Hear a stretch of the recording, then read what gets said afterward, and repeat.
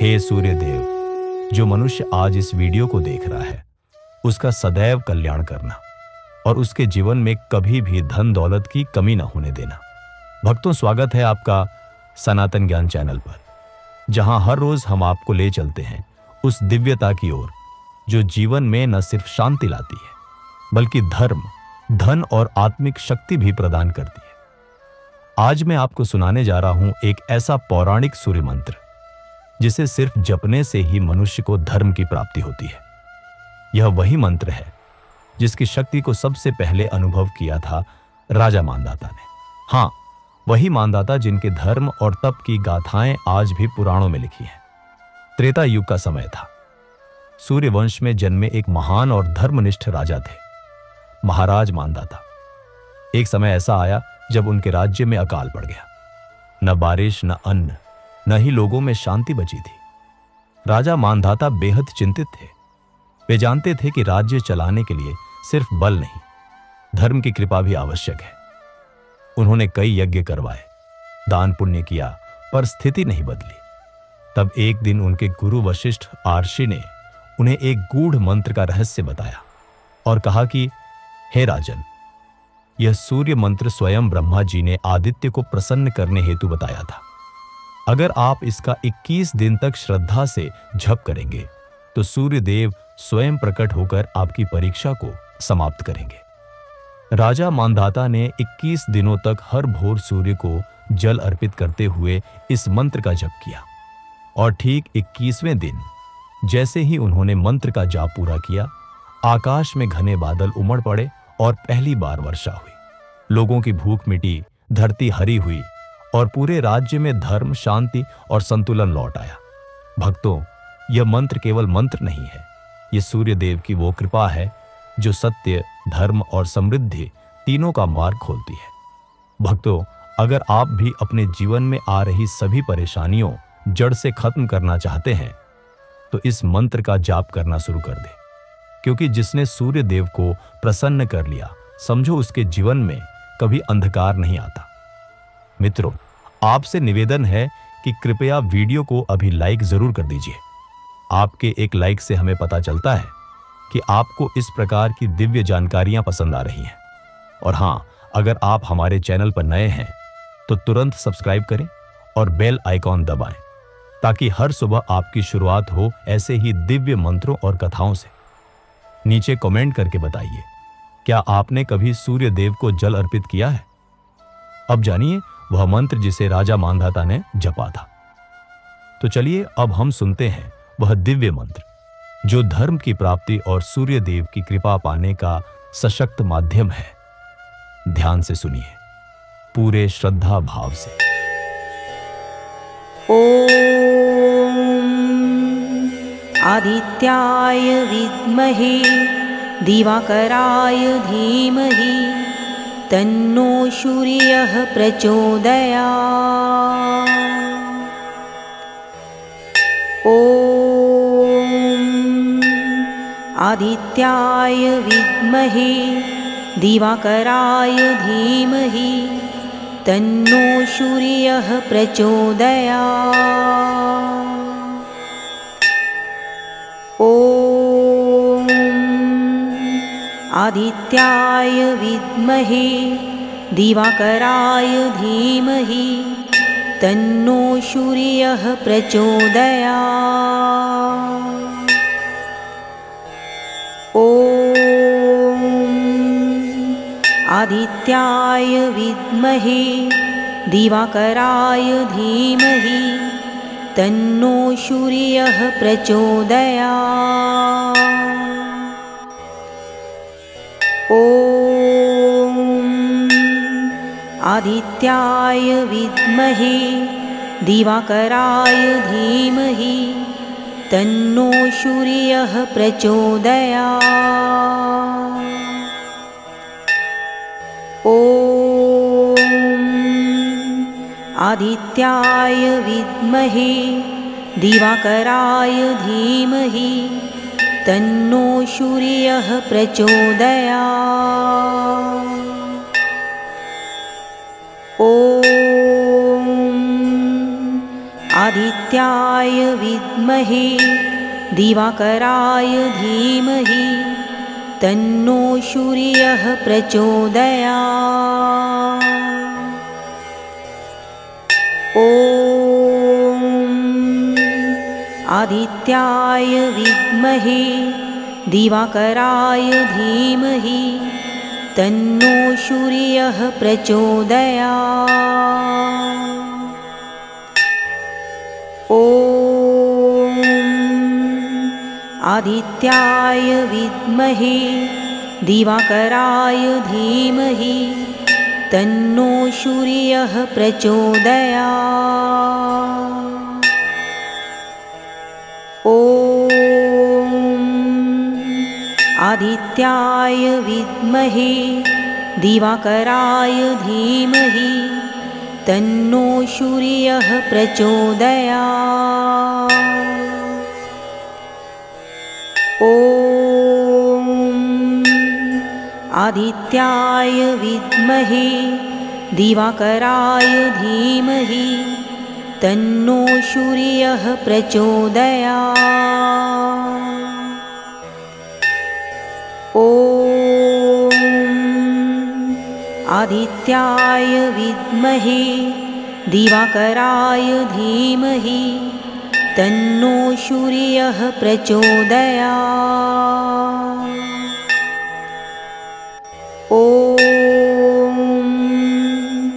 आदित्याय विद्महे दिवाकराय धीमहि तन्नो सूर्यः प्रचोदयात्। ॐ आदित्याय विद्महे दिवाकराय धीमहि तन्नो सूर्यः प्रचोदयात्। ॐ आदित्याय विद्महे दिवाकराय धीमहि तन्नो सूर्यः प्रचोदयात्। ॐ आदित्याय विद्महे दिवाकराय धीमहि तन्नो सूर्यः प्रचोदयात्। ॐ आदित्याय विद्महे दिवाकराय धीमहि तन्नो सूर्यः प्रचोदयात्। ॐ आदित्याय विद्महे दिवाकराय धीमहि तन्नो सूर्यः प्रचोदयात्। ॐ आदित्याय विद्महे दिवाकराय धीमहि तन्नो सूर्यः प्रचोदयात्। ॐ आदित्याय विद्महे दिवाकराय धीमहि तन्नो सूर्यः प्रचोदयात्। ॐ आदित्याय विद्महे दिवाकराय धीमहि तन्नो सूर्यः प्रचोदयात्। ॐ आदित्याय विद्महे दिवाकराय धीमहि तन्नो सूर्यः प्रचोदयात्। ॐ आदित्याय विद्महे दिवाकराय धीमहि तन्नो सूर्यः प्रचोदयात्। ॐ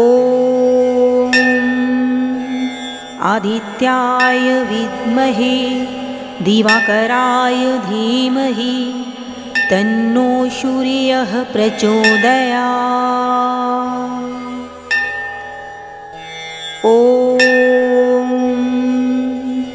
आदित्याय विद्महे दिवाकराय धीमहि तन्नो सूर्यः प्रचोदयात्।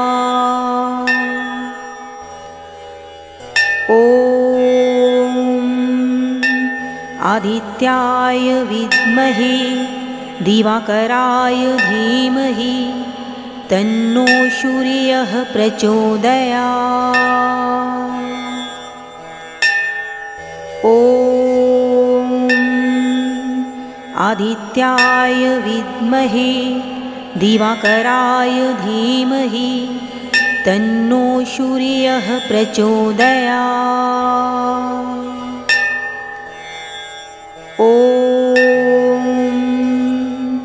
आदित्याय विद्महे दिवाकराय धीमहि तन्नो सूर्यः प्रचोदयात्। ॐ आदित्याय विद्महे दिवाकराय धीमहि तन्नो सूर्यः प्रचोदयात्।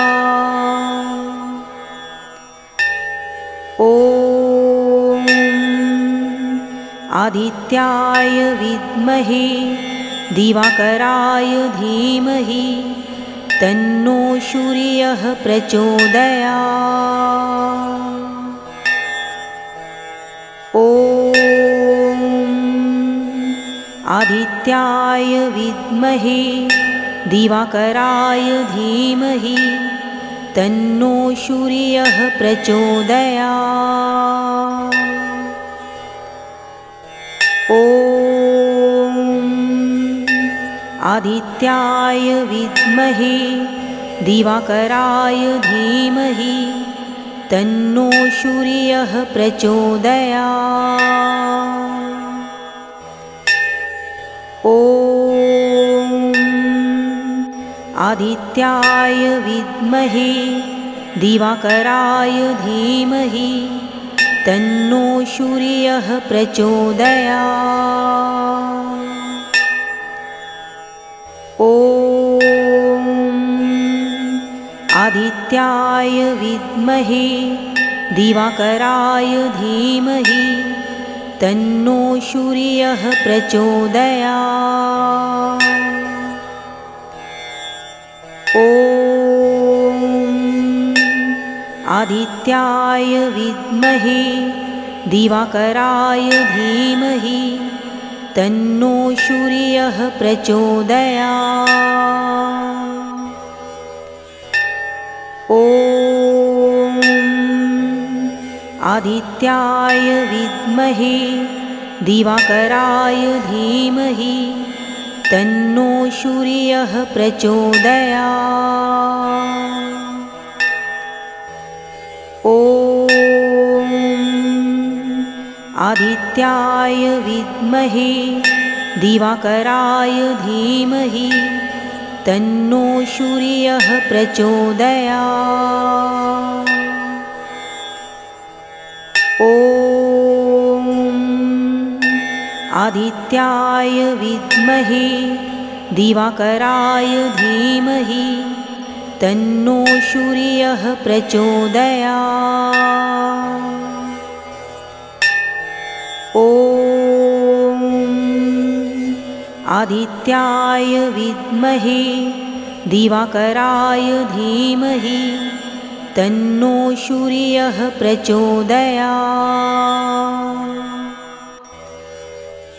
ॐ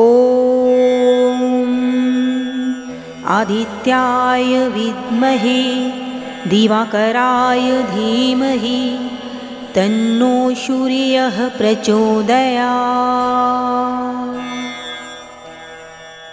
ॐ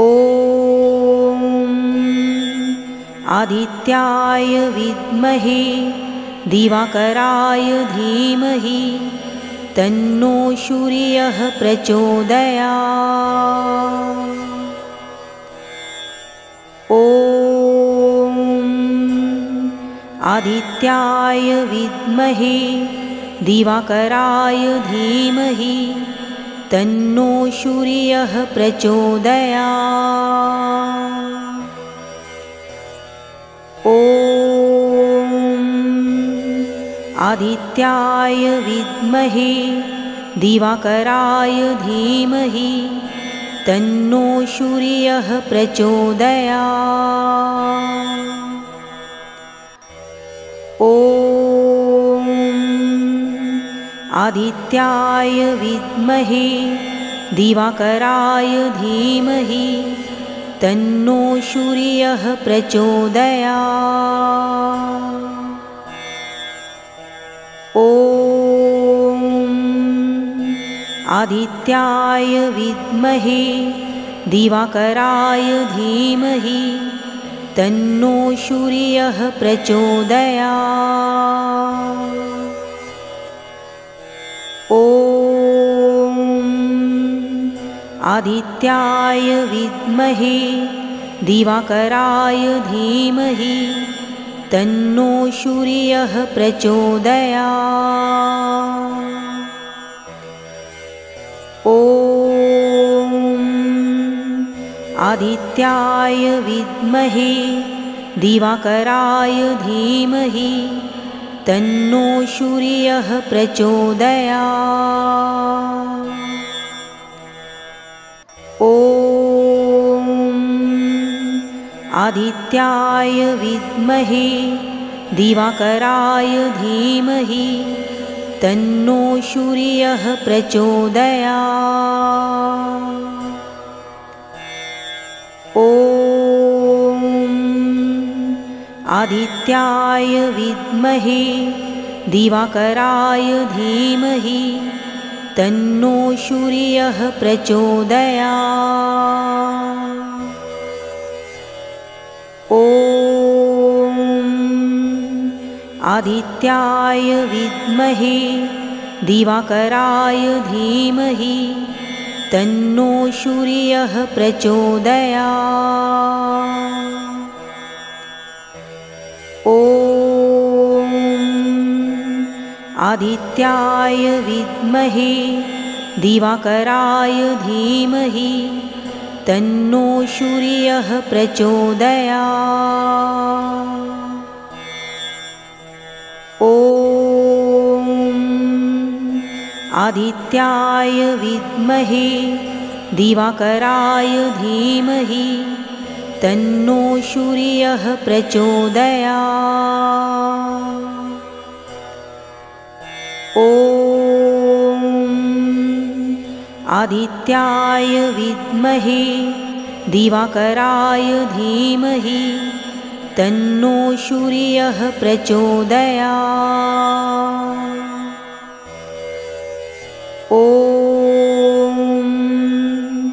आदित्याय विद्महे दिवाकराय धीमहि तन्नो सूर्यः प्रचोदयात्। ॐ आदित्याय विद्महे दिवाकराय धीमहि तन्नो सूर्यः प्रचोदयात्। ॐ आदित्याय विद्महे दिवाकराय धीमहि तन्नो सूर्यः प्रचोदयात्। ॐ आदित्याय विद्महे दिवाकराय धीमहि तन्नो सूर्यः प्रचोदयात्। ॐ आदित्याय विद्महे दिवाकराय धीमहि तन्नो सूर्यः प्रचोदयात्। ॐ आदित्याय विद्महे दिवाकराय धीमहि तन्नो सूर्यः प्रचोदयात्। ॐ आदित्याय विद्महे दिवाकराय धीमहि तन्नो सूर्यः प्रचोदयात्। ॐ आदित्याय विद्महे दिवाकराय धीमहि तन्नो सूर्यः प्रचोदयात्। ॐ आदित्याय विद्महे दिवाकराय धीमहि तन्नो सूर्यः प्रचोदयात्। ॐ